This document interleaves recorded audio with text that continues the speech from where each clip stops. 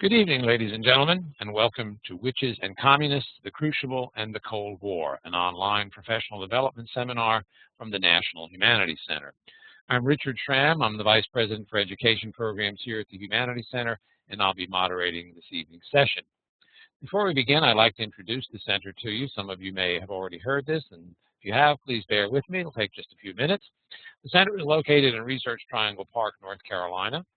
It is the country's only independent institute for advanced study in all branches of the humanities. What that simply means is that we're a private nonprofit organization.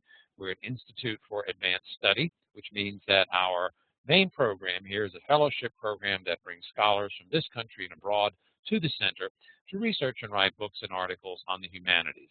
Topics in history, literature and language studies, philosophy, criticism of the arts, that sort of thing. Since we opened in 1978, we've had about 1,100 scholars and about 1,200 books have been published as a result of research done here. The place may sound like an ivory tower, and if you look at the pictures, it looks like an ivory tower. We even have a spiral staircase running right up the middle of it, but it wasn't meant to be an ivory tower. The founders wanted us to connect with a wide array of audiences, including teachers, and we do that these days in three ways: with our online seminars that you've discovered, Teacher Serve, and our Toolbox Library.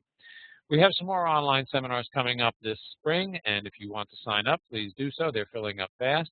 Our fall schedule is available on our website. There's a lot of interesting seminars there. Please take a look and join us for those in the fall.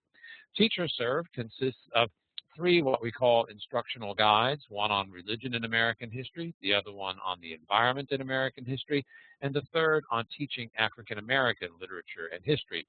These consist of essays written by leading scholars on topics that are pertinent to those three topics, and they also offer advice on how to teach the material in your classes. We also offer teachers our Toolbox Library. These are teaching anthologies of primary sources: historical documents, literary text, images, audio material. They're organized thematically within chronological frames, and they're illuminated with extensive notes and interpretive questions.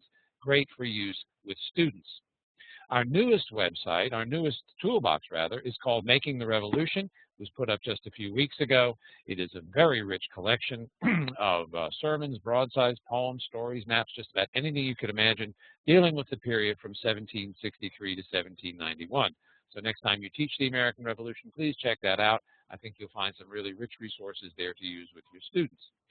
If you want to keep abreast of what's going on at the Humanities Center, become a fan of Facebook. That way you'll know when we put new products up for teachers and new essays. In addition, I want to remind you that after the seminar, you will be able to retrieve a recording of the session, and you will be able to access the PowerPoint through the website that you used to obtain the texts for the seminar. Also on this website, you will find the evaluation. It's an online evaluation. You can complete it and submit it to us online. We pay attention to them. They're very important to us. So please do take a few moments to complete your evaluation and send it back to us. Once we have received your evaluation, we will mail you a letter that you can submit to your local certifying authority to obtain whatever recertification credit your participation in the seminar warrants. Now, how the seminar works. Well, our presenter tonight is going to present a lecture keyed to presentation of slides with text excerpts that illustrate important points she wants to make. Some of the excerpts will analyze through discussion, others will not, and all of them in the PowerPoint are presented as potential instructional tools for your teaching, so please feel free to go to the Witches and Communists website and plunder the PowerPoint as much as you'd like to. Now, how to participate? If you want to click in and speak, you can click on that little hand-raised icon right there. It will appear next to your name there. I will see it, and I will pass the microphone to you. You know your microphone will be turned on when the microphone icon goes green. Right now, all of them are red, but when your microphone goes green, you know that it is turned on and you can talk. If you'd rather send a chat message, put your cursor in the little chat box down at the bottom of the screen, type your message, hit send, and your chat message will appear above that. So those are some ways that we hope you'll participate, and we indeed wish that all of you will participate actively this evening. Are there any questions before we get underway? If you're ready to go, click on the smiley face and let me know that, that you're ready. Okay, it seems everyone is. few more there we need. Okay, great. All right, well, let's get underway then. Our goals this evening are simple. We have two goals. We want to explore how the Crucible reflects the culture of the Cold War, and we want to provide fresh material and perspectives for teaching the play. Now, many of you participated in the pre-seminar forum, and we noted that the play is popular with students. You attempt to teach the play in its Cold War context, and we have a key question: how can the Crucible be integrated into an interdisciplinary history and English team-taught class on the Cold War? I think our seminar tonight will help you do that. Leading us this evening is Florence Dore, who is an assistant professor of English at the University of North Carolina at Chapel Hill. She was a fellow at the National Humanities Center in 2008-09. Her main areas of interest are 20th century American literature, Southern literature, feminist, and gender theory. She has published the novel And the Obscene, Sexual Subjects in American Modernism, that came out in 2005. And while she was here at the center, she worked on a book called Not Knowing the American Middle Class and Forms of Privacy in Southern Fiction. Let me see if I can get rid of the pointer that's in my way. All right, let me pass the seminar to Florence as soon as I can. There we go. And Florence will lead us through the Crucible in the Cold War. If I can find her name on the board. There it is.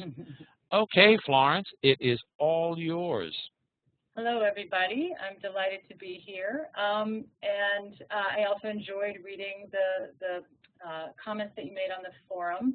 And so some of these questions were answered in the forum, but I thought I would just begin by asking you to just elaborate a little bit more on how you teach the Crucible. And just started off with a question to all of you that you could answer with the microphone or chatting, as I understand it. I think many of you said you do teach it as a drama about events in the 17th century. Some talk about it in relation to McCarthyism, which we're all familiar with. And I wondered if there were things you wanted to say about how you teach it, something else you might say. All right, how do you teach the Crucible? How many of you use it as a vehicle to teach the Cold War? How many of you teach it as a document about the 17th century? Any other approaches? You can click in and hold forth, or you can send us a chat message. But how do you teach it? Okay, I teach it as part of the Puritan unit, but I also connect it to the Red Scare of the 1950s. So Tara goes both ways with it. Kim teaches it about as 17th century, about the 17th century primarily. Okay. Well, we're getting a lot of chat going on here. Okay, Mandy, this will be my first time, and it will integrate it with American literature. Sam Bliss, our American Lit Survey, uses it in conjunction with Puritanism. Kathy apparently does it with Puritanism as well. And Lee teaches it as a 17th century work, but you reteach it in a Cold War section. Jessica, I teach it a data-based question on what caused the Salem Witch Trial hysteria in 1692, and then show them the movie, The Crucible, since they read it in English. It's a history teacher. I have not used it in my U.S. history course, but I would like to incorporate it. I am looking forward for ideas to do so. And Tyler writes, I teach it in the 17th century because we do not get to the Cold War. All right. So there was one there that was about feminism. So that Kristen, I think, said that she teaches it in relation to comment on feminism and women in society, which I'm excited to hear about from her more when we get to the gender section. Yes. So, okay, right. Kristen Casson, teach it as a comment on feminism and women in society. Great. Okay. Now she thinks that she's smiling. Okay, thanks. That's really helpful. I've switched up to the next slide, and although I think about it in relation to McCarthyism, certainly, I thought we would take a different angle on the post-war moment. Not that McCarthyism is obviously, irrelevant, and it couldn't be more relevant, but I wanted to think about some other post-war historical factors. But the first thing I thought we might do is to consider the extent to which we might consider the Crucible as a postmodern text. And I'll just sort of give working definitions of a couple of terms, in particular post-war and postmodern. And this is going to sound really counterintuitive. But first, I'll just say the term post-war obviously refers to a time frame, the decades immediately following 1945. The term postmodern refers to many things, but as I'm using it here and as scholars these days are using it in relation to post-war literature, postmodern refers to the cultural forms that began to emerge in the post-war years. So, for example, rock music, which we're going to talk about a little bit today. So it's not only new forms like rock music or the kind of intensification of fairly new forms like film, but also changes to, let's say, the novel or poetry or drama that occur in the post-war years that we think of as postmodern. For example, a tendency to focus on the surface, right? And so that's postmodern. That it's the cultural forms that emerge in the post-war years in post-war literature.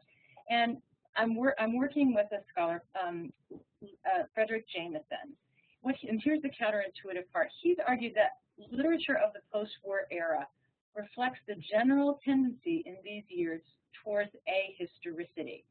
Now that sounds counterintuitive because this is a play about the Puritan era. So how in the world could we possibly speak of post-war texts such as The Crucible or All the King's Men or, let's say, Inherit the Wind as ahistorical texts? What Jameson means by this is that everything written in the postmodern moment, even if it appears to be about a prior moment in history, cannot help but focus on the present. As he puts it, postmodern texts express our lived possibility, expresses the impossibility of experiencing history in some active way. It is difficult for us to experience history. And I say in the slide here that this leads to a sense of dislocation, but it's hard to know which came first, the chicken or the egg. The sense of dislocation that happens, let's say, because of the atom bomb or the war or the kind of emergence of the suburbs, if that comes first, and then the impossibility of connecting with history follows, or vice versa, the impossibility of feeling a connection to moments prior in our history brings a sense of dislocation. So just to kind of the bullet points there, Jameson argues postmodern subjects, so people in the postmodern era, including authors, are deaf to actual history. This is a symptom, he says, of the postmodern moment. You can't actually be historical. And in literature, he argues, or I'm just going to say here, the past seems construed as an earlier version of the present, right? One way we might look at this, one way we might think about this, is that connecting the present moment to the past is an attempt or a sign that we need to create coherence in a moment of profound dislocation. So writing about the McCarthy era as a version of, Puritan witch trials might be a way for someone like Arthur Miller to try to connect the present to the past when we feel, at a moment when we feel like we're not connected, right? So the discussion questions that we could focus on, I don't know if we should ask this question now. Richard, you could tell me, or I could just do the lesson and then we could talk about them. But my questions for discussion as we go on are, is Miller's portrayal of the 17th century witch trials in the Crucible a symptom of this deafness, as Jameson calls it, to history? Right? And I'm going to try to show ways in which what appear to be comments about the 17th century actually are very specifically about things that are going on in the Cold War moment, including McCarthyism. And then another question that comes up is, why did Arthur Miller choose to set a play about mid-20th century politics in 17th century New England? And now I'll just ask you, Richard, do you think I should open it up now, or should I talk a little more? Well, let's do this. Let's go through, and we'll save some time at the end, and we'll come back to these two questions, and we'll pose them then, and we'll wrap up with these two questions, because they're really broad and really rich. And I think going through the seminar tonight will inform our participants' response. Okay. So why don't we move ahead then? That sounds terrific. Okay. The first thing I wanted to say is that a lot of this work that, just flip it forward here, that I'm doing comes from a sense that some of the ways that we've understood post-war fiction have been flawed. There's a group I'm a part of called Post-45, and Richard put up our website, and I invite you to go there. Eventually, we're going to have syllabi. You can see here, I'm just going to put the pointer at the journal. We're going to have academic articles about the post-war. There's contemporaries. It's going to be reviews of contemporary work, literature, film, and music, and then we have a multimedia page. And the kind of focus of the group is to think about the post-war the post-war moment in terms of, let's say, other historical documents that might illuminate our understanding of the moment. So, for example, Betty Friedan and William White. So the section or the presentation is going to be broken up into three parts. The first part is going to be about class and how it emerges in the Crucible as a post-war phenomenon. Second, gender, and Jessica could pipe in, and then the third part is going to be about race. The first thing I wanted to focus our attention on is this. What about the role of property in the play, right? Did anybody notice the importance, at least to Paris and Proctor and Giles, of property? Does the role of property in the play indicate something more about Arthur Miller's present than the American past? And I think that it does. Why don't we read from Act 1? Do you want to take a part, Richard? You sort of just take turns. Okay, why don't I, let's see, why don't I be Paris and I'll then be Giles and Proctor. Okay, so here we go, Paris. The salary is £60, Mr. Proctor. I'm not some preaching farmer with a book under my arm. I am a graduate of Harvard College. I am well instructed in arithmetic. Mr. Corey, you will look far for a man of my kind at £60 a year. I am not used to this poverty. I left a thrifty business in the Barbados to serve the Lord. I did not fathom it. Why am I persecuted here? I cannot offer one proposition, but there be a howling riot of argument. I have often wondered if the devil be in it somewhere. I cannot understand you people otherwise. Mr. Paris, you are the first minister ever to demand the deed to his house. Man, don't a minister deserve a house to live in? To live in, yes, but to ask ownership is like you shall own the meeting house itself. The last meeting I were at, you spoke so long on deeds and mortgages, I thought it were an auction. There is either obedience to, or the church will burn like hell is burning. Can you speak 1 minute without we land in hell again? I am sick of hell. It is not for you to say what is good for you to hear. I can speak my heart, I think. Okay. So, there are many ways of reading the conflict here between Paris and Proctor in terms of 17th century history. However, I'd like to think about it in terms of what a lot of people working in this post-45 group are interested in, which is in terms of the expansion, the rapid and kind of massive expansion of the middle class after World War II. This is, the American century, right? We're in the 20th century, and at this particular moment in American history, one economist from 1953, John Kenneth Galbraith, called it the affluent society. We have a massive increase in the number of people who have a middle amount of money. And most people have understood this to be just a good thing. There's one critic, we're going to get to him in the next slide, named Andrew Hoberic. He's a member of the Post-45 group, and he has a book called The Twilight of the Middle Class, who argues really convincingly that although it was a happy moment in terms of the redistribution of wealth in American culture post-war, it was unhappy in the sense that the middle class no longer could be guaranteed property. So that the middle class of the 19th century and pre-war period, one of the markers of being in the middle class is that you inherit property. You're going to have property, you're going to have a house. And after the war, that wasn't the case, right? We have the rise of the suburbs, we have many more people with homes, but the ownership of homes was not a guaranteed right. Andrew Hoberic argues that this produced anxiety. And I think we see exactly that anxiety here. We've got Paris, who's touting his education at Harvard College. Notice that he has to push forward his exceptional college degree as a marker of his status. Why? Because he doesn't have a home, right? And this is an argument about how he should have a home. And notice as well, you'll remember in the play that Proctor has to work Sundays in order to keep his home. So there's a sense in the play that property is kind of hit or miss. You may have it and you may not have it, even if you're all in the middle class. And now, so one of the things we might say is that this is a kind of, this conflict about property in the play allegorizes a global economic shift, right, and that impact of that on America and the middle class after the war, okay?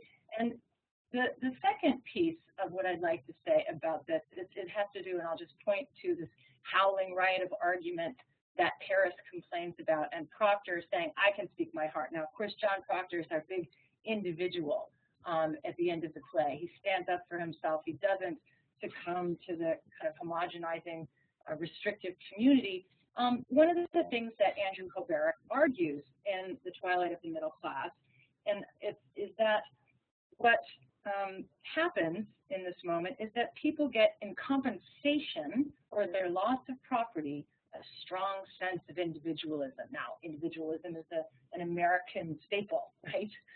But that there's a new emphasis on individualism, speaking one's heart, that compensates for the loss of property. And I'll just read from Hoberic to kind of amplify this. He says, the book is from 2005. He says there's a kind of false pastoralism in accounts of the post-war middle class, by which he means it's a happy expansion only. And he says, so that false pastoralism is the refutation of Marxism. That is, everybody's happy, so there's no class conflict anymore, and the world hasn't fallen apart. So what he argues is that the fate of the middle class in recent years seems to confirm Marx and Engels' assertion that society as a whole is more and more splitting into two great classes directly facing each other, those who own capital and those who must sell their labor at the former group's terms. And I think you can see this very much in both Proctor and Paris, right? That they may exist in part of what looks like a kind of cohesive community, but they're not in charge of their own labor. They have to depend on whoever's in charge of capital. And just in terms of the point about individualism, you read an excerpt from William White. I just wanted to let you know who he is. You may have already Googled him or Wikipedia'd him. But in 1956, he wrote The Organization Man, which was actually, strikingly, a bestseller. He was a journalist at Fortune magazine, and he was hired to do interviews with the CEOs of corporations like General Electric and Ford. And he came up with this concept of the organization man, right, that we live in this highly corporate society, what Andrew Hoberic describes as the split into the two great classes directly facing each other, those CEOs and then everybody else, who he describes, White describes as an organization man, somebody who doesn't have control over the means of his own or her own labor. And so I just thought I would bring out this excerpt from White to describe why it would be in the 50s that Paris would have to brag about his Harvard education, essentially. And what White says is, like the office, and I love this metaphor of the office floor and what it feels like to be living in the newly developed suburbs. Like the office with no division between carpet and linoleum, suburbia demands perception. How in the world, you wonder, when you see Park Forest, the suburb, can anyone tell rank, or for that matter, pull it? To the stranger's eye, the usual criteria of status are almost entirely absent, right? So the reason why you might find Paris asserting himself in that way is because there's no other way to tell that he's part of a kind of a more discerning elite class, right? He doesn't own property, and he otherwise looks kind of the same as everyone else, and in his opinion, he feels less than everyone else, right? Because he doesn't even own his own home. Kind of relevant to, at this particular moment, right, when the housing crisis is producing the same sorts of anxiety. And I'll just say, this is Giles here, this is another interesting quotation about property in the novel. This is at the end. Elizabeth is explaining to John when she encounters him in Act 4. They've both been in prison. And he says, well, whatever happened to Giles Corey? And he says, well, or Elizabeth explains, he would not answer aye or nay to his indictment, or if he denied the charge, they'd hang him surely and auction out his property. So he stands mute and died Christian under the law. And so his sons will have his farm. Notice again the importance of property. It is the law, for he could not be condemned to withered without he answered the indictment, aye or nay. So it struck me, right, that he's pressed, if you remember, by stones. Those of you who've taught this will remember this part, and I'm sure you talk about it, but where he decides to be pressed to death by stones. It's hard for me not to read that in terms of the suburbs, right? So you can own property, but it may well strangle you. And so I guess a discussion question, perhaps something we could discuss, and I'll leave that to Richard, or we could just kind of keep it as a thought as we're moving forward, is what does witchcraft have to do with property in the Crucible? It seems there is a link there. But what do you think, Richard? Should we open it up a little? Well, why don't we stop here and Sure. ask if people have any questions they want to comment on your comments about property before we move Sure. on to witchcraft. Okay. Tara has written here, is it true that the Salem citizens fought over land for years before the trials, and in the trials we see the same people fighting, but now it's all about witchery? So what about the role of property in the actual Salem community? Was the witch scare? Did it have a lot to do with dividing up property between those who had and those who didn't? I mean, I think this is certainly Miller's interpretation, right? And the edition that I ordered from you is the one, I mean, I think they all are, but where he puts his commentary in. And I think his interpretation is that in fact the demonizing, literal demonizing of the witches had everything to do with the way that the newly acquired American soil was being divided up and issues regarding that. And I'll just kind of launch, I know we're going to come back to the discussion question, but one I think you might say that this is an example of what I was saying from the beginning. That is, we're going to try to link our present moment, sort of a desperate grasping, arguably, to link our present concerns about property to the originary concerns about property with the establishment of Salem. And Kristen writes here, my understanding is that property was highly contested. Therefore, those who were both unprotected and had property were the prime targets of the witch trials. So is that historically accurate? Yeah, that's correct. Kristen is right. And she must, do you teach that, Kristen? That must be something that you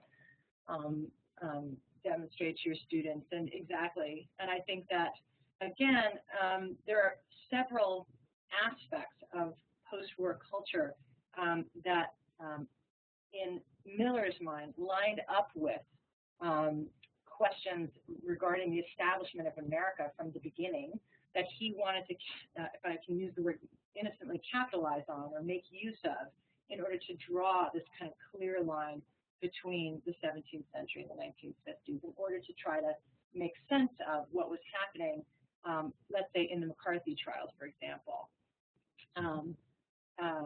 Somebody's just writing in that they use a map showing the locations of the accusers and the accused. That's excellent.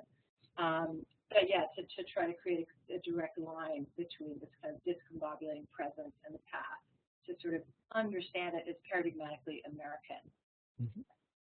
So then we could say the relationship between witchcraft and property is that the witchcraft, or at least the claims of witchcraft, are a way for the unpropertied to obtain property. So property is one of the elements at the heart of the play. That seems absolutely right. Okay. Shall we All right, move then. ahead, or do people? Yes, let's move on then. We've got about an hour. Terrific. So, and if other questions come up regarding property, that's terrific. I thought we would talk about gender at this point, and I'm very curious to know, do people think of this as a feminist play? Obviously, I'm thinking about Elizabeth Proctor, maybe Abigail, I don't know. How do we read the ending of the play in relation to gender? I think we should take some answers now, if you don't mind, Richard. I'd be interested in what people think about this. Does Elizabeth herself, like John, become a kind of individual, or does her refusal to guide John indicate a sort of deference to him, right? Because the judges want her to convince him, and she refuses. And is this the sort of obeisance to her husband, or is she herself, like her husband, an individual?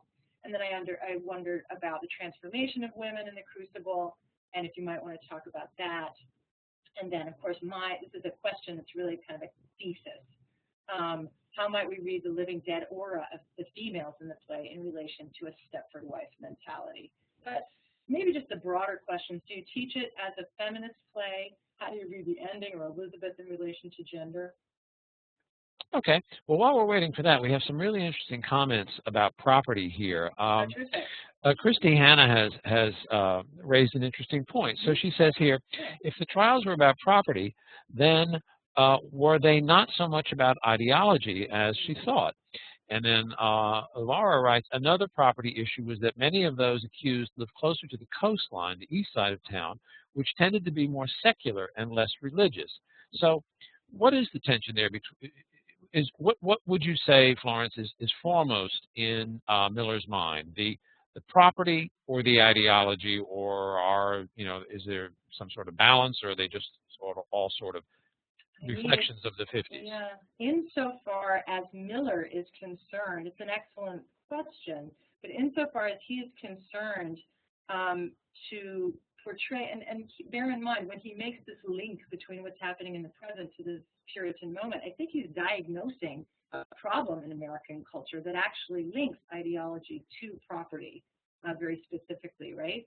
So in order to have a kind of individual self or an autonomous self, one has to have property.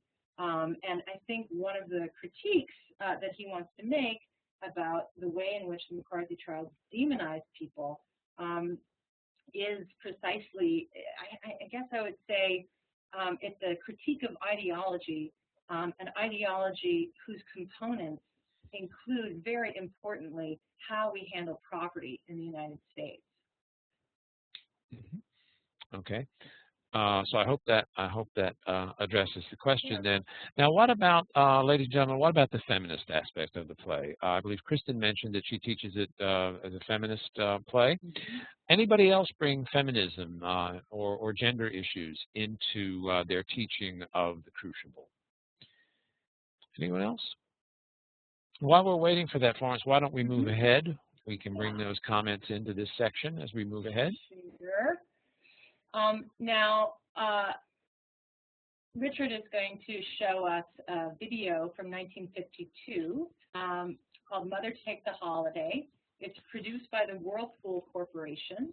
And the point is of the entire movie, which I recommend that you go look at in its entirety, it's really incredible, is how the all-electric home emancipates women. It's a drama of how the women in the family manipulate their men to upgrade their laundry facilities. And will you now show that, Richard? Okay. All right. Now I have to give everybody a little bit of instruction here. I'm going to take us out of the PowerPoint presentation to a website that has Mother Takes a Holiday on it. You are going to have to turn the sound on your own computers. We're going to watch about 3 minutes and 20 seconds of the film, and then when you hear me say, okay, turn the sound off, turn it off, and we'll come back to the presentation. Now, does everybody see on their screen a video, a site that says Mother Takes a Holiday? If you see that, send me a smiley face so that I know that we're all ready to go here, okay? I can see some smiley faces. All right. Wonderful. Great. If by chance you cannot hear the sound, or if you can't get this video on your computer, we will post the URL to the forum, and you will be able to watch this on your own. So now, ladies and gentlemen, if you will just go ahead and click the play button, we will watch about 3 minutes and 19 or 20 seconds of this on our own, and then we'll come back to talk about it. So everyone turn it on. Got mine on, and I will call us back into session in about 3 minutes and 20 seconds.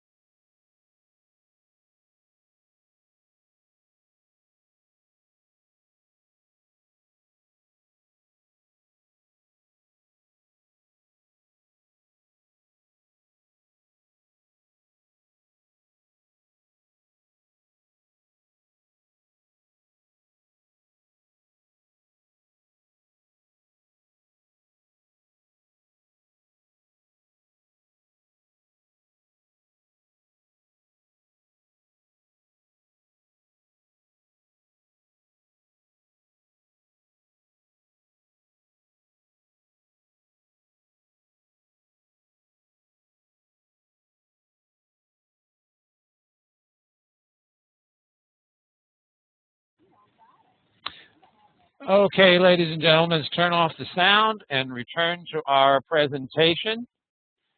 And we'll get back to our PowerPoint.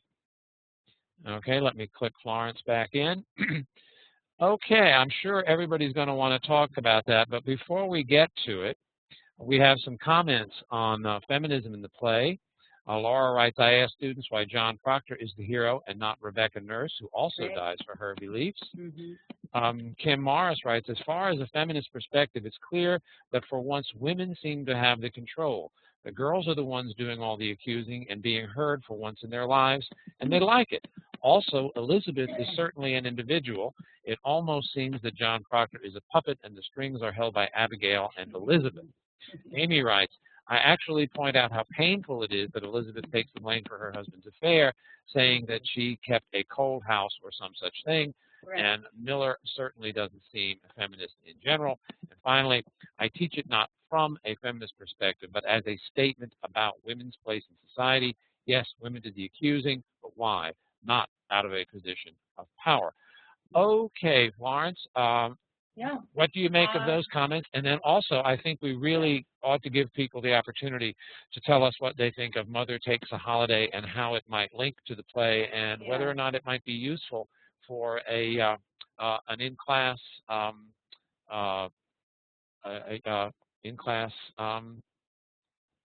exercise or teaching resource. I think that's right. Yeah, well, I just want to make this comment about your comments. It's a really interesting debate that you're having, right? The idea that they're in control for once, and I'm just getting this Kim's idea, and then in relation to, I think, most of the other people who are arguing that there is a less than feminist approach. And I guess in general, I'm going to say I agree with Amy. And I take an approach like Kristen, although I would certainly be very, very interested in hearing, Kim, what you think about my reading here, because I also think of it. I think you're right. Like I think there is you get your names right here, Kim. That they are in charge, right? That there's a way in which the young girls are in control, and that does seem like power. I guess I would also say, though, that it looks a little bit like the girls in Mother Takes a Holiday are in power, too. And, you know, I'm interested in your response to this, but my reading is that you notice in, for example, it's from 1952, that the right to vote, the main person writing the report, Lynn, just kind of rolls her eyes when her friend says, oh, why don't you write about the women's right to vote? She's like, politics, like, what does that have to do with anything? I'm going to write about the washing machine, right? And so that there is a model of emancipation for women, and this is going to the second question here. I'll just point to it. But that it's a model that you might argue is impoverished.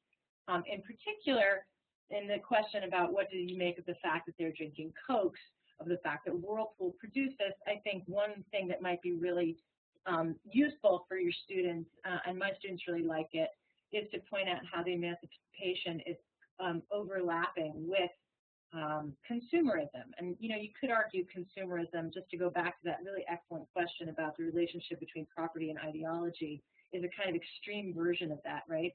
So emancipation, democratic liberation, speaking your heart in Slave's terms, are all kind of key components of democratic American culture.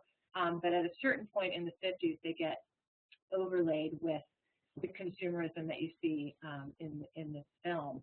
I'm just going to go to this quote from Betty Friedan, The Feminine Mystique, which is written, you know, a decade later, but she's kind of going back and surveying some of the stuff from the 50s. And one of the things she complains about, and she's a very influential feminist from what's known as the second wave of feminism. And one of the things she complains about is that things like the women's right to vote and actual political changes that affected the lives of women are swept under the rug, if I can use that metaphor here, by this, what she's calling the feminine mystique. And so I'll just read this segment. The suburban housewife, she was the dream image of the young American woman and the envy, it was said, of women all over the world. The American housewife, freed by science and labor-saving appliances from the drudgery, the dangers of childbirth, and the illnesses of her grandmother. She was a healthy, I mean, the word drudgery is used in the Whirlpool film, right? So saved from the drudgery, you're now emancipated. She was healthy, beautiful, educated, concerned only about her husband, her children, her home. She had found true feminine fulfillment.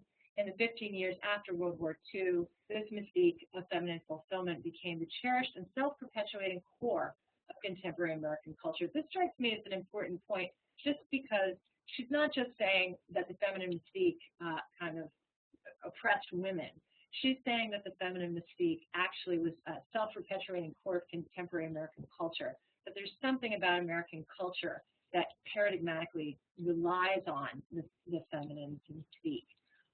So are there responses, as Richard was asking? I want to talk about the play in the next slide, but are there responses to Mother Takes the Holiday in relation? I mean, keep in mind, put out the exact same year, 1 year before the Crucible comes out, so the gender roles may well be overlapping. Any thoughts about Mother Takes a Holiday? Yeah, do you see any parallels between Mother Takes a Holiday and the women's behavior in the Crucible? And also, do you think you'd use this with your students? Do you think you could make a connection between Mother Takes a Holiday and the play in your classroom? I think it might be something your students would be interested in. Okay.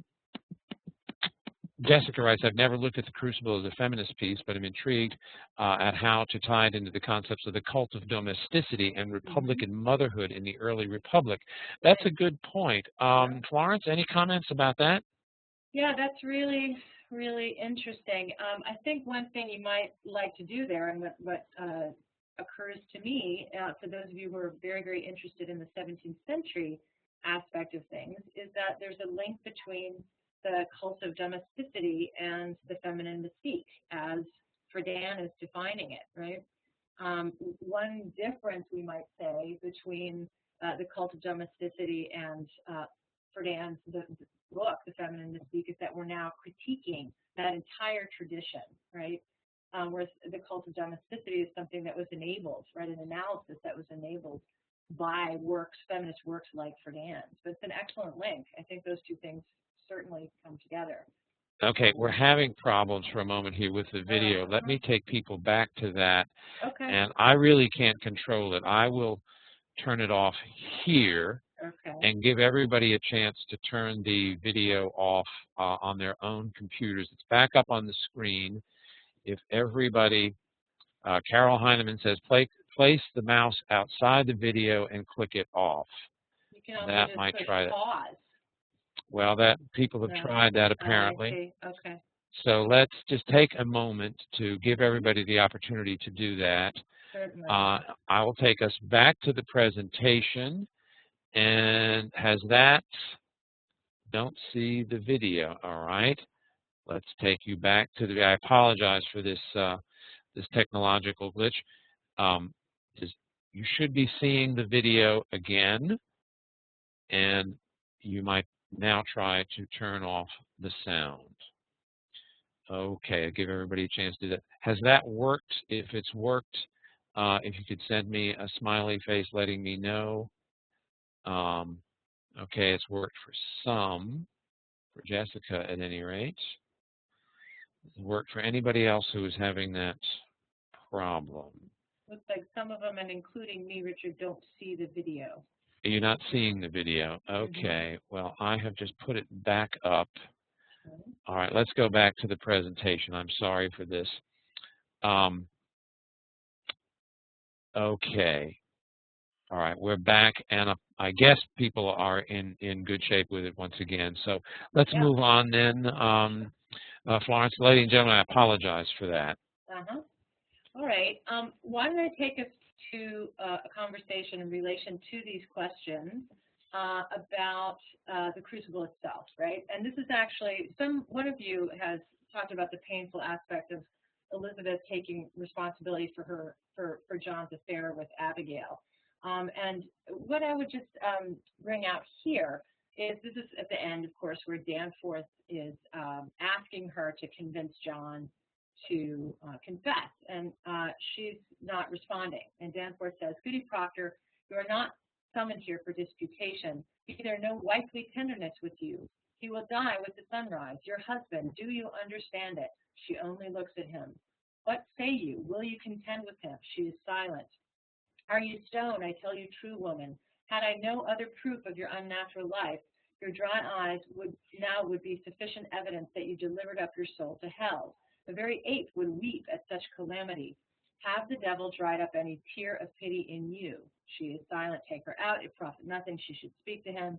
"Elizabeth, let me speak with him, Excellency." And then the line that one of the viewers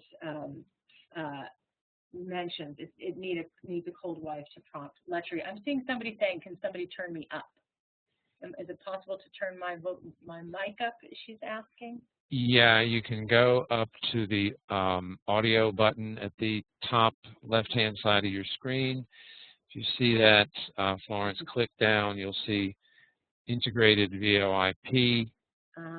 Click on that, and then you'll see a microphone icon, and you can on a slide, and you can move it up. Okay, is that a little bit better? I'm a bit louder now. Is that better? Okay. And then there's an X in the upper right-hand corner of that volume box. Click on that; it'll disappear. Folks, I'm sorry about this technical problem. Florence, I think perhaps we might want to forego the other two videos because we're likely to run into that problem again. No problem. I can just describe them for you, and if you post them later. Okay, we can do that. We can do that. All right. Well, I'll just offer my reading, and it's actually, it takes components of a couple of these comments into consideration. I actually think on first glance that it does look like she's an individual here in a certain sense, right? She's, after all, refusing to submit to her wifely duty to kind of save her husband. But upon reflection, I actually think that this unnatural life she exhibits, this stone-like lack of emotion, seems to link her to the other females in the play, and all seem to be linked to a whirlpool-esque kind of false commodified sense of emancipation. In 1972, Ira Levin wrote a novel called The Stepford Wives. You've probably seen the movie or certainly heard about it. The Stepford Wives is a kind of spoof on the feminine mystique suburban housewife. And it strikes me that although those girls are commanding everybody in a certain way, it's not a happy kind of a command. It's not an emancipating command. It's one that actually turns them into zombies. And one of the other things I just would recommend thinking about this in relation to is the Body Snatchers, a 1955 Jack Finney novel that was in 1957 turned into the Invasion of the Body Snatchers, the movie. That there's a real concern, and here you really might link this to the McCarthy era, right? It's the sort of communist takeover of America, the kind of alien inside, right? That's how people often like to read The Invasion of the Body Snatchers, the movie. But it strikes me that the women in this play are kind of pod-like, and that needs to be taken into consideration in this link between, or this kind of characterization of Elizabeth as a stone, especially as one of our commentators noticed, in light of the fact that Elizabeth kind of says at the end of the play here, "It's my fault that you had an affair with Abigail.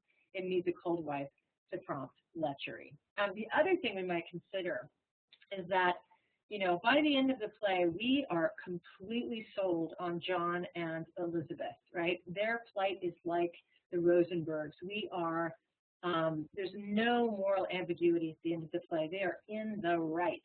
But notice how our moral surety at the end of the play as well, and this is how I teach it, really our surety hinges on the stereotypical distinction between women as virgins and women as whores, right? Abigail, who stands naked, we hate her, right? Or we're meant to hate her by the end of the play. And so it's the whore who's wrecked the family and also turned everybody into zombies. And so in that regard, I would just suggest that the emancipation, the parent emancipation, is like the apparent emancipation of the girls in Mother Takes a Holiday. Somewhat suspect. Well, we have a good comment apropos of what you're saying from Andrew. Great. The rational young woman writing the theme in the Whirlpool video seems entirely different than Abigail Williams, whom Proctor considers a madwoman and a man-chaser. And Proctor's sexual tie to Abigail, as well as his guilt about the short affair, make him a multidimensional character, more so than, say, Goody Corey. So how do you square the rationality of that young, liberated woman writing her theme and Abigail Williams?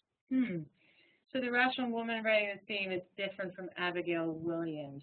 True, but I think my comparison is actually between the woman, Lynn is what her name is, the rational woman writing the theme, and Elizabeth, right? So that she appears to be liberated, but in fact, she turns out to be kind of pod-like and responsible, sort of, let's say, constructed by or influenced by a consumer culture that wants her to appear emancipated and individualistic in a particular way that serves the ideology of capitalism.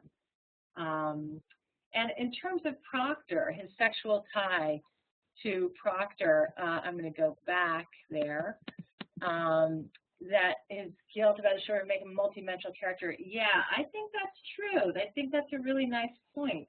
And I actually think it goes right along with the idea of that he speaks his heart, right? And the thing that worries parents about him is that he is this kind of radical individual. And I think you're quite right that the affair places him squarely in that post-war individual male category. And I think it's intriguing to think about that precisely in relation to his tenuous relation to property, right? He has to work on Sundays. That's his tenuous relation. Paris isn't that he doesn't have any. And again, Hoberic's argument is that the kind of what you're calling multidimensionalism, his depth, right, what appears to be his kind of individualism, is actually a kind of ideological compensation for his relatively insecure status with respect to middle-class Americans before the war. So it's a great point. Okay, we have some people who took up the challenge about Abigail. Laura writes, I asked students whether or not they feel sympathy for Abigail. Some say yes, as she is in a vulnerable position as an orphan. John is older and wiser and takes advantage of her young passions. Other students just hate her, as you suggest. Samuel Bliss writes, still, Andrew's point is maintained. The masculine figure takes on an almost novel-like three-dimensional quality, while the feminine exists in archetypal formations. And then going back to the question about Abigail, Sarah writes, you're meant to hate her and pity John, but he was the married one, and she was a younger girl in his home. So there's people sensing the vulnerability and the victimization, really, of Abigail. Proctor is definitely floating in the tragic hero category. And let's see, what I enjoy, Tara writes, what I enjoy about Miller is that just about every character is rich, deep, complicated, seen from many sides, and some of Ron's students see Abigail as an opportunist. So a mixed bag of opinion there about Abigail. An interesting feminist perspective, seeing her as a victim as much as a temptress. Yeah, that definitely makes sense. I would just say that she's a great character to teach that feminist perspective in relation to, but I agree with, I can't remember who said that, I don't think Miller was much of a feminist, right? I'm not sure that Miller, that the kind of affect at the end of the play, I agree, harsh to call her a whore, but I think that by the end of the play, the way she's characterized is as the causer of all evil, right? That the affect of the play that Miller intends to create villainizes her. And so the question is, what do we do with that, right? I mean, does Miller see her as a whore? I think he does. I guess I venture to say, I agree with you, Kim. I wouldn't call her a whore myself. I just think that the way she's characterized is kind of in relation to her, finding herself naked and sort of originating all of this. She's deceptive. I mean, I think Miller portrays her as a deceptive person, and that the kind of pathos with which we side with Elizabeth and John at the end indicates Miller's kind of disrespect for her. That's how I read it. But I mean, I think you're right that talking about the question of whether a young girl in an older man's household is the reason for an affair is a very important point, and that's a way to critique a kind of a 50s idea of gender, actually. Mm-hmm. So in the 50s, she would be in some ways seen almost as fair game. I think so. Yeah. I think Miller married Marilyn Monroe, right? He's not a big feminist. Nothing against Marilyn. I'm just saying. I think in the 50s she would be fair game. I think that's right, and that's how we were meant to understand her.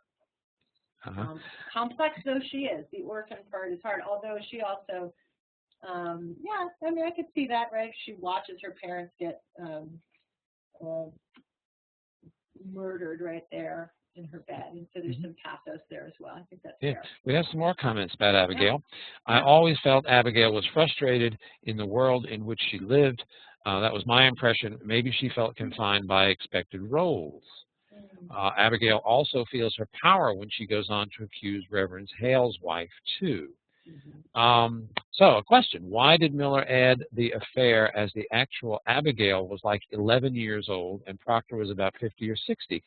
So he's taking historical or poetic license with history there. And then Samuel Bliss talks about Abigail, a deceptive, naked figure, blamed despite both parties sinning, largely comparable to the Garden of Eden tale, especially to Milton's Paradise Lost. So Abigail is emerging here as, I think, a much more complex figure. I think that's fair to say. Frustrated with the world in which she lived, felt confined by expected roles. I think that's true. I mean, I suppose one thing you might say, and this is going back to the other guy's point about comparing her to Lynn in the Mother Takes a Holiday, is that, I mean, I suppose, for Dan's point of view, you could argue that, look, she has an affair, and she sails away at the end of the play with somebody else's money, so that there's a certain empowerment there. I mean, I think that's entirely fair. I do think Miller demonizes her, and I guess that's one answer to the question for why Miller would take this poetic license. Why would he produce an affair? I mean, I think in part, maybe it goes back to the idea that he wants to create multidimensional characters, but I also think it has something to do with producing a sexual woman as the cause of these problems. And it's sexist, I guess I would argue, but yeah. Well, what's the tie between then the sexism at the root of the problem and the desire for property? Here's an interesting question. I suppose one could argue that the desire for property, I think, actually makes a whole lot of sense in terms of the normative categories of 50s kind of mentality, that the desire for property is part of what somebody called the cult of domesticity in the 17th century. It's part of a desire to make things like they were before. We do have the increasing emancipation of women. We do have kind of eventually what ends up in the 1960s as kind of a full-blown feminist movement.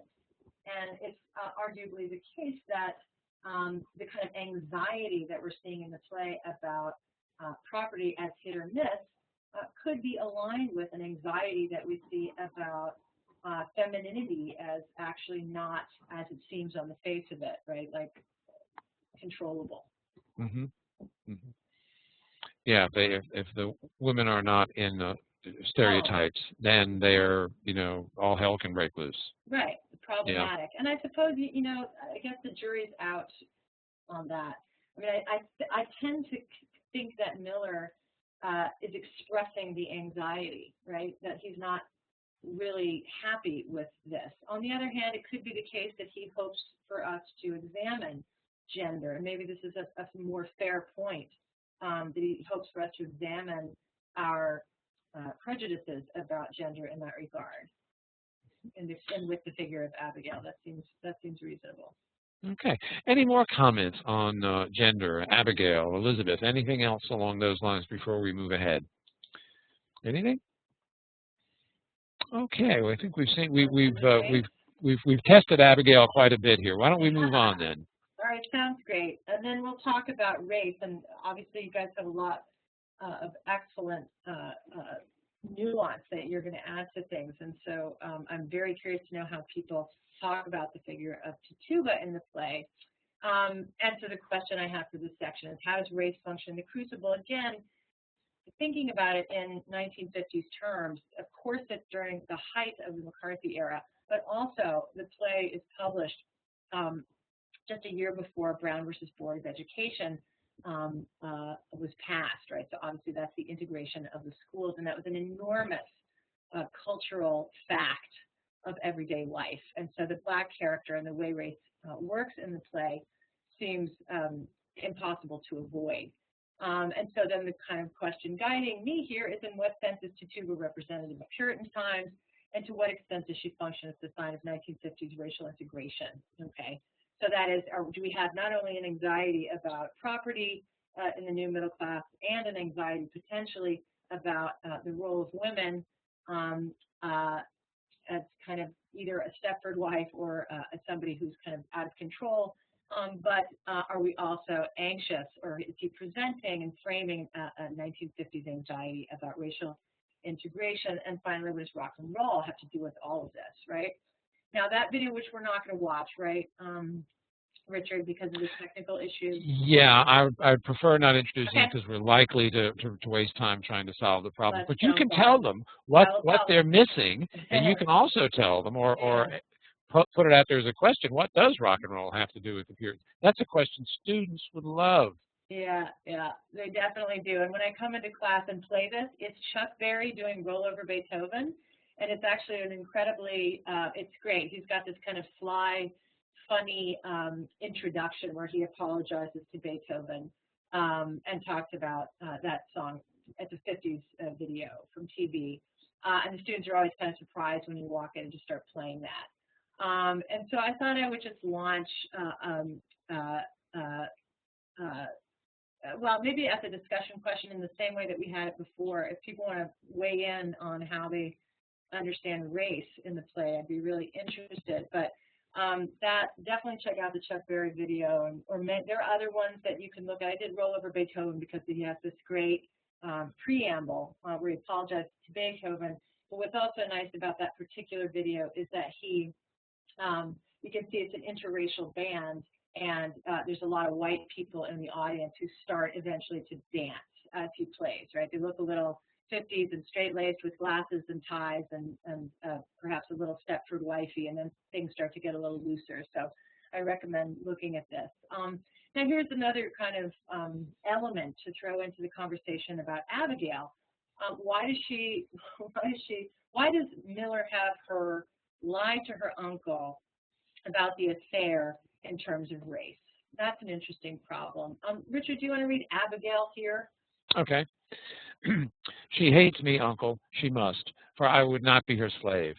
It's a bitter woman, a lying, cold, sniveling woman, and I will not work for such a woman.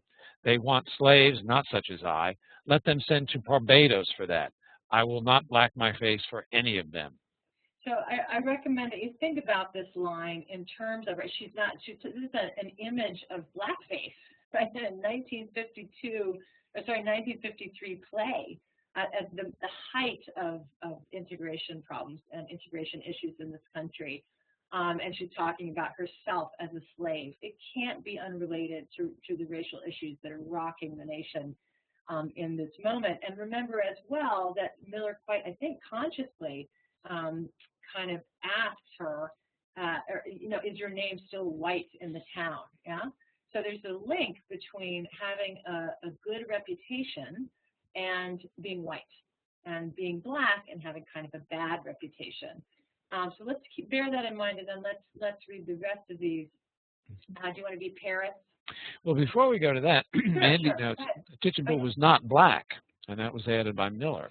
Oh, yeah, exactly. In reality. In reality, yeah. Which is even more fascinating. Why do we make her Black? Yeah. I think that reinforces your point about postmodernism. Yeah. I think he was, he was definitely making the play about the present when he took that sort of historical license, turning a character from white to Black. Right, and I think whoever asked that smart question about why does he have Abigail, right? Why does he put in the element of the affair? I think that's part of the same tendency, or what Jameson would call the symptom of the postmoderns, sucking everything into the present. Right. That's a great so point. You want me to be Reverend Paris? Yeah, be Reverend Paris. Okay. I saw Tituba waving her arms over the fire when I came on you. Why was she doing that? And I heard screeching and gibberish coming from her mouth. She was swaying like a dumb beast over the fire. Abigail, she always sings her Barbados songs, and we dance. Yeah, and that's where it's really nice to have the visual of a Black singer and producing kind of white dancing, right? Dancers, white people dancing to music that's being produced by and consumed by African American people, right? So what I like to think about this in relation to, and I'll just read the next one about Ruth. Her mother says, she never waked this morning, but her eyes open as she walked, and hears not and cannot eat. My Ruth, my only, I see her turning strange, a secret child. The 1950s was the great era of the birth of youth culture. And so, to me, the secret child and turning strange, I think it's really fruitful to think about this in relation to Blackboard Jungle or Rebel Without a Cause, and the sort of tendency in the moment to think, just the burgeoning of youth culture in the moment. And what's key about this, and historians of rock and roll often make this point, is that it's an interracial culture, right? Youth culture is pointedly interracial at this point. This is why people thought Elvis was Black, right, famously, and so forth. But that the introduction of rock and roll music definitely had the reaction, got the reaction from some of the parents of producing a worry that Little Richard and Chuck Berry and a host of Black singers was going to do something strange to the white Bobby Soxers. The other song I would recommend using is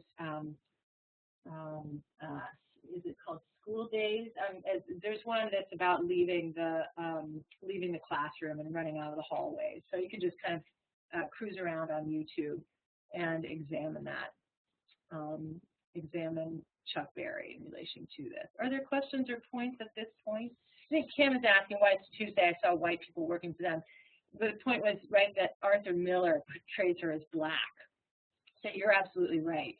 But the question was why would he do that when in reality she was white? Okay. And Sam writes here, I think it's also interesting that it is a feminine figure that Miller chooses to make Black. If the feminine is largely oppressed in a Puritan society, then you have in the figure of Tituba serving as the representation of oppressed people in both time periods. So yeah, that's a good point. So in a sense, what we're saying here is that the 50s were anxious about female sexuality and female roles, and they were anxious about the emergence of African American culture and its influence on American society, and the play catches up those themes. And on American youth in particular. Uh-huh. Yeah, I think that's totally right. I think, Sam, that's an excellent point, is that the feminine figure is oppressed in both periods. And right, she's actually the ultimate victim, right? Right. Laura says she's Black and female, right? Exactly. And that theme of youth also links the play to West Side Story. That came out, I think it was on Broadway in '61, and the movie was later. But certainly, it's a question of attention about property, right? Yeah. Oh, yeah. Yeah, and territory and sure. Yeah. Absolutely. Yeah. I think that's totally right. And the ultimate victim, let's just add to that Tituba is the ultimate victim and also the ultimate originator. Back to this is kind of going along with the person who saw, who sees the girls as kind of powerful. Tituba is absolutely victimized, but she's the first person who speaks in the play, and she's got a lot of influence in the play, right? So she's the victim, but she's also, she's the victim because she's powerful, I guess I would say, in this play. That makes sense. If there are other people have anything else, I thought that I might just bring in, I don't know how many of you have taught A Good Man is Hard to Find by Flannery O'Connor. Oh, I like this, that Tituba knew how to work the system, yeah. And, oh yeah, you love The Good Man is Hard to Find is great. Oh, and I made a note to myself to tell you all, in case you didn't know, that there's only one known recording of Flannery O'Connor reading her own work. And she reads A Good Man is Hard to Find at Vanderbilt University. And you can get it by getting the most recent video version of Wise Blood. There's a movie in the 70s made of her novel Wise Blood, and it's not the greatest movie in the entire world, but it's worth looking at, and it's definitely worth ordering because in their special features section, you can actually hear her reading her story, which is fascinating. To hear where she gets the laughs really is helpful for students, I think. I thought I would just pick out one section from this to talk more about a relationship between Black culture, popular culture, and anxiety about race and these issues in the 50s. This is the story you may remember where the grandmother is telling a story to her grandchildren, June Starr and John Wesley. And would you like to read it, Richard? Okay, sure. The grandmother said she would tell them a story if they would keep quiet. When she told the story, she rolled her eyes and waved her head and was very dramatic. She said once when she was a maiden lady, she had been courted by Mr. Edgar Atkins Teagarden from Jasper, Georgia. She said he was a very good-looking man and a gentleman, and that he brought her a watermelon every Saturday afternoon with his initials cut in it, E-A-T. Well, one Saturday, she said, Mr. Teagarden brought the watermelon, and there was nobody at home, and he left it on the front porch and returned in his buggy to Jasper. But she never got the watermelon, she said, because the nigger boy ate it when he saw the initials, E-A-T. This story tickled John Wesley's funny bone, and he giggled and giggled, but June Starr didn't think it was any good. She said she wouldn't marry a man that just brought her a watermelon on Saturday. The grandmother said she would have done well to marry Mr. Teagarden because he was a gentleman, and he had bought Coca-Cola stock when it first came out, and that he had died only a few years ago, a very wealthy man. So there's Coke again, right? Coca-Cola is a really great teaching tool, a great way to talk about consumerism in the 50s. Now, what could this possibly have to do with Tituba? Well, it strikes me a couple of ways, right? That what we have in this story is an instance where somebody's name gets transformed or transmogrified or misunderstood or changed into a word, right? So it was meant to, EAT was Mr. Edgar Atkins Teagarden's name, but when the African-American boy, who's literally a reader in this case, comes and sees it, he does not read the name. He does not read Edgar Atkins Teagarden. He reads it as a command to consume. I read this in relationship to a kind of portrayal of mass cultural products, right? So this, the kids, the grandkids in the car in the story read comics throughout it, right? They're passing comics back and forth and back and forth, and I think we're meant to understand their reading of comics, which are mass-produced and easy to digest, as parallel to the African-American boy eating the watermelon and reading watermelon as this kind of easy command, right? So that what we have is a removal of names. It doesn't matter where it comes from. It doesn't matter what the history is. Let's just eat it, right? And that's the same thing with comics. You don't have a single author. You don't have a clear origin. It's just kind of a mass-produced book that everybody reads, right? And so what this strikes me as is a moment in O'Connor where she's commenting on the kind of production or the creation of an interracial reading audience, an interracial set of consumers who will enjoy comics and Coke and these sorts of things, and history be damned, right? So, and I link this to the play in a couple of ways. One is that Tituba is kind of producing, I think, a portrayal of the production of this interracial community in which authors are white and black, and readers and consumers are white and black. So there's a whole kind of interracial push with the rise of new media culture in this era. And then when John says at the end, it's just I wonder, I'm dying to know how people read this John section or this John quote. He says, why won't you sign it? And confess, why won't you just sign your name and put it on the church door? And remember, having an unblemished name in this place equated with having a white name. So in a certain way, putting his a name on the church door is to allow it to be black. It's to allow it to be public. It's to allow it to be consumed, kind of like the watermelon, and to lose his name. He says, because it is my name, because I cannot have another in my life, because I lie and sign myself to lies, because I am not worth the dust on the feet of them that hang. How may I live without my name? I have given you my soul. Leave me my name. Now, as I say, I'm very interested in hearing how you teach this line. Names are kind of a big deal in post-war fiction generally. And sometimes you get characters with only first names like Tituba, like Marilyn, right? So there are all these kind of, Andy Warhol often went by Andy, Elvis, that there's a way in which names in the post-war era indicate the dislocation that I was talking about at the beginning. Last names anchor you in history, right? They, like property, they associate you with forebears and hopefully progeny. But if he loses his name, it's tantamount to losing his property.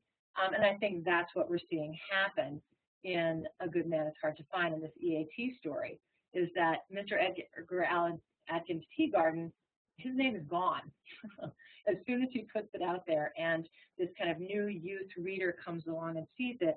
He no longer has a place in history. He's in fact no longer a kind of a gentleman in the Old South. He's a rich Coca-Cola stock investor. Okay, well, let's give people some time to make some comments on that. But in the meantime, if we could, we've covered sexuality and we've covered race and gender issues. What about that issue of McCarthyism? Could you say some things about that? The way, because I think, as we saw in the beginning here, most of the teachers, when they do bring the play into the present, they do not. They focus it more around McCarthyism. So, would you talk about that for a few minutes? Absolutely. I mean, I would just say that the McCarthy era, obviously, I think that, and this will go back to answering one of those questions, one of those discussion questions from the beginning. Why would you want to set something in the McCarthy era and in the 50s in the 17th century? And I actually think he's trying to make sense of this kind of horrible thing that's going on in American culture. And I think he's trying to, as I said along the way here, diagnose, a sort of perennial problem with American culture. And I'm just going to make reference to two critics who talk about American culture in particular ways that will have some relevance here. Some of you may know the book by Kai Erikson. He's a sociologist at Yale, and he has a book called Wayward Puritans, in which he argued, and there are other people like Richard Slotkin who have made similar arguments, but that there was something very important in American culture about that you had to create outsiders in order to have a sense of self, and that when the Puritans got here, they felt so insecure about who they were that in order to have an inside group, a group that felt cohesive, you had to produce scapegoats, right? So this is older than America, but the origins of America, right? There's the whole kind of Greek myth of the scapegoat. But Kai Erikson argues that there's a particular use of the scapegoat in Puritan culture, and that that there were certain traumas and kind of anxieties in Puritan culture that made this happen. One is that if you don't have to be, the claim was that you had to be converted, or the doctrine said you had to be converted to Puritanism, but then what do you do when you have a second generation? Do your kids go to hell, right? Or do you change your doctrine? So one of the ways to deal with this was to produce scapegoats. That's at least Kai Erickson's argument. And then there's a guy named Michael Rogan from Berkeley who argues that we have tended in American culture to produce enemies as the devil, right? So why did Arthur Miller choose to set a play about mid-20th century politics in 17th century New England? I think he was trying to say, all right, what's happening in McCarthy right now is endemic to American culture. It's a problem from the beginning. And here's the links, right? So look how ridiculous we seemed in the 17th century.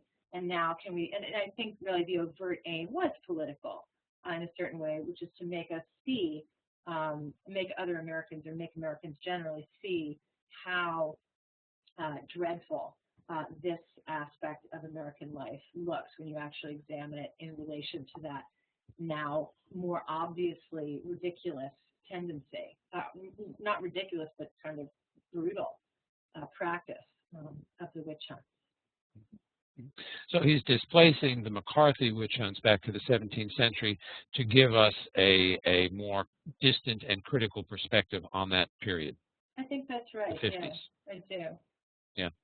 Well, we have some comments about the use of names. Lee Holder says, I tie the loss of name with the taking of names in the institution of slavery and in the Holocaust. Oh, that's terrific. Yeah, and then, apropos of our discussion on McCarthyism, Laura writes, I always equated this line, the line of John Proctor's names, to naming names and preserving the integrity of one's own during the HUAC and McCarthy era. And for those of you HUAC, that's the House Un-American Activities Committee, which did haul people before it and demand to know if they were communists. Then let's see. Let me just say something about please. Point, if I might. I'm just trying to find it here, just to make sure that I'm being, the naming names. Okay, this is the HUAC. Let me go back up.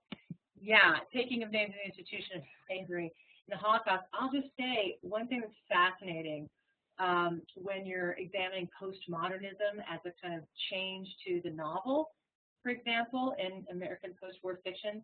It turns out that the figure of the African American kind of gets portrayed again and again as paradigmatically postmodern, right?